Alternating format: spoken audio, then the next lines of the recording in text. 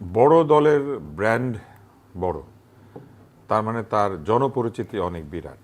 বড় দলের যেমন সুনাম আছে, দুর্নাম আছে, কিন্তু দুর্নামের চেয়ে সুনাম বেশি থাকে বলেই দলটা বড় হয়। এই বড় দলের সুনামের ভাগিদার হওয়ার জন্যই কিন্তু বড় দলের সঙ্গে জোটভুক্ত হয় ছোট ছোট দলগুলি।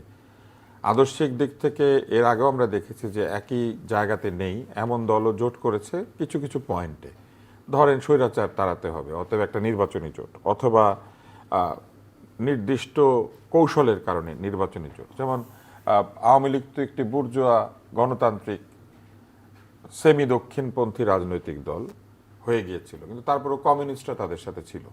কেন ছিল? ওই একই ঘটনা, ক্ষমতার ভাগ বাটোয়ারা। ঠিক একইভাবে এখনও ছোট ছোট দলগুলি বড় দলে চলে যেতে চাইছে, বা দলের নেতারা সেখানে যেতে চাইছেন এই সুবিধাটা পাওয়ার জন্য। এবং এই সুবিধার মধ্যে বড় দলের সবচেয়ে বড় সুবিধা হচ্ছে প্রতীকটা। এই প্রতীকটা সবাই চেনে, প্রতীক বললেই জানে কোন পার্টি। এবং এই প্রতীকটাকে যখন তারা এইভাবে পরিচিত করে ফেলেছেন মানুষের কাছে, তখন প্রতীকের জোরে কিছু ভোট আসে।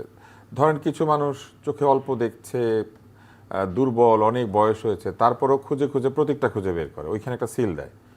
এবং এইটাই কিন্তু বাংলাদেশের মতো একটু দরিদ্র, একটু কম শিক্ষিত মানুষের দেশ, এইভাবেই হয় ভোটটা। তাই আমি মনে করি প্রতীকের সুবিধা পাওয়ার জন্যই মূলত কিছু ছোট রাজনৈতিক দলের নেতারা তারা সরাসরি বিএনপিতে যোগ দিচ্ছেন, অথবা কেউ কেউ হয়তো জামাতেও যোগ দিবেন, যাতে প্রতীকের সুবিধাটা তারা পান। কেননা তাদের নিজেদের দলের প্রতীক সেইভাবে তারা কোথাও পরিচিত করতে পারেন নাই। তারা এর আগে কোনো নির্বাচনে সক্রিয় অংশগ্রহণের মধ্যে দিয়ে এই প্রতীক মানুষকে চেনাতেও পারেন নাই। এরপরে আরও বিষয় রয়েছে, ছোট দলের প্রার্থী সংখ্যা কম, সব আসনে তারা প্রার্থী দিতে পারছেন না, এবং অনেক প্রার্থী আছেন যাদের নিজেদের পরিচিতিও বলতে গেলে নাই। তাদের জন্য বড় দলের এই প্রতীক পাওয়াটা অনেক সুবিধাজনক। আমি মনে করি এই ক্ষমতার স্বার্থেই বা নির্বাচনে জয়ের মানে স্বার্থেই এরা বড় দলে যাচ্ছে। আপনি যদি রেজা কিবরিয়া সাহেবের কথা বলেন, তাহলে আপনি বলেন ওনার নিজের দলের প্রতীক কোনটা ছিল, আপনি মনে করতে পারবেন না। ইনফ্যাক্ট শাপলাকলি ছাড়া আর কারো দলের প্রতীক কোনটা আপনি ভালো করে মনে করতে পারবেন না।